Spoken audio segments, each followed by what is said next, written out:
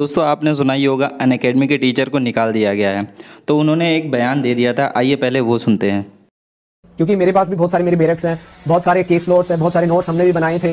ठीक है, हर किसी के लिए बहुत मेहनत है, आप लोगों को भी काम मिल गया। लेकिन एक चीज याद रखना, अगली बार जब भी अपना वोट दो, किसी पढ़े लिखे इंसान को अपना वोट देना, ताकि ये सब कुछ दोबारा जीवन में ना झेलना पड़े।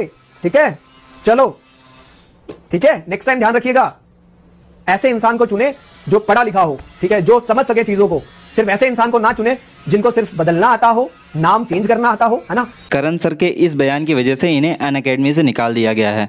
तो वहीं लोगों का कहना है कि भैया टीचर को बोलने नहीं देंगे, फ्रीडम ऑफ स्पीच कहाँ गया। बहुत से लोगों ने तो इसकी रेटिंग ही गिरा दी, 1 स्टार ले आए, और बहुत से लोगों ने इसको अनइंस्टॉल करना चालू कर दिया है। वहीं अरविंद केजरीवाल जी का कहना है क्या टीचर पढ़े लिखे लोगों को वोट देने की बात भी नहीं कह सकता। और वहीं सोनू निगम का कहना है कि प्लेटफॉर्म का सही यूज़ नहीं किया गया। और वहीं अनअकैडमी का भी बयान आया है। सबसे पहले देखते हैं कि ये बात इन्होंने बोली क्यों। ये फ़िलहाल लॉ स्टूडेंट हैं, इन्होंने वकालत कर रखी है और ये 9 साल से टीचर में पढ़ा रहे हैं। इनका खुद का भी चैनल है, खुद का भी सब है, लेकिन ये अनअकैडमी पर अभी फ़िलहाल पढ़ा रहे थे। तो इन्होंने इनकी जितनी भी पुरानी नोट्स थी, जो अभी हाल ही में संसद में एक बिल आया है सीआरपीसी और आईपीसी को बदलकर भारतीय न्याय संहिता और एविडेंस जो भी आया है, ठीक है, उसको चेंज कर दिया गया है। तो इनके साथ साथ इनसे रिलेटेड जो भी थे वकील और जो जज वगैरह थे, उनको बड़ी मुश्किलों से ये सारी धाराएं याद करना पड़ा था और बहुत मुश्किलों से याद हो पाई थी। इतने सालों का एक्सपीरियंस था। आपने भी सुनी होगी धारा 101 के तहत, या मतलब धोखाधड़ी की धारा 420 जो होती थी, ये धाराएं जल्द ही बदल जाएंगी क्योंकि अभी बिल आ गया है। अब इन्होंने भी वो सारी धाराओं के नोट्स बना रखे थे, वो सारी नोट्स बना रखी थी क्योंकि ये भी लॉ के स्टूडेंट थे, जिस वजह से अब तो वहाँ पे बिल आ गया संसद में। अब बिल हालांकि अभी पूरा पारित नहीं हुआ है, लेकिन अभी रिव्यू में पड़ा हुआ है, ठीक है। इस वजह से इन्होंने कहा कि अब तो धाराएं चेंज हो जाएंगी, भारतीय न्याय संहिता आ जाएगी, तो हमको वो सारी चीज़ें याद करना पड़ेगा।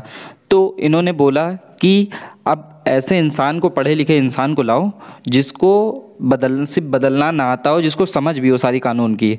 अच्छा, सबसे पहले देखते हैं किन किन लोगों ने ये कानून बनाया है, पहले इसको देखते हैं। तो अमित शाह ने डेटा रिलीज़ किया है जिसमें 28 राज्य, 6 केंद्र शासित प्रदेश, भारत के सुप्रीम कोर्ट और भारत के हाई कोर्ट, एमएलए और एमपीज़, इन सब लोगों ने 158 बैठकें की हैं और 158 बैठकों में तब जाकर ये बिल पारित किया है, तब ये जाकर बिल बनाया है। समझ में आई? तो इतने ज़्यादा हम मान सकते हैं कि नेता पर अनपढ़ हो सकते हैं, बीजेपी के नेता अनपढ़ हो सकते हैं, लेकिन जो सुप्रीम कोर्ट, हाई कोर्ट, इतने लोग इन्वॉल्व हैं इसको बनाने के लिए, क्या वो भी अनपढ़ हैं? इस चीज़ का जवाब हम नहीं देंगे, इस चीज़ का आपको जवाब देना है। और दूसरी चीज़, अनअकैडमी ने क्यों निकाला? तो दोस्तों आप लोग को एक बात बता दें कि जब कभी भी ये जितने अनअकैडमी, बायजूस और डाउटनेट, फिजिक्स वाला, ये सारे यूनिकॉर्न हैं, ठीक है, डाउटनेट नहीं है, और ये सारे अनअकैडमी वगैरह यूनिकॉर्न हैं। तो यूनिकॉर्न में बहुत से लोगों का पैसा लगा हुआ और सबकी अपनी अपनी गाइडलाइंस होती हैं। और उसी वजह से जब अनअकैडमी से पूछा गया कि भैया आपने इन टीचर को क्यों निकाल दिया, तो उन्होंने जवाब दिया कि भैया हमारा प्लेटफॉर्म जो है ये पढ़ाने के लिए है, ना कि किसी राय मशवरा के लिए और पॉलिटिक्स में वोट देने और ना देने के लिए है।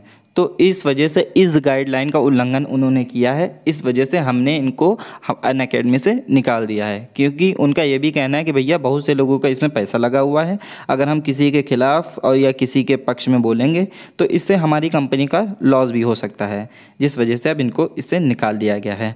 बाकी आपकी क्या राय है? आप कमेंट बॉक्स आपका खुला हुआ है, आप कमेंट बॉक्स में बताइए क्या इनको निकाल के सही किया गया या गलत किया गया।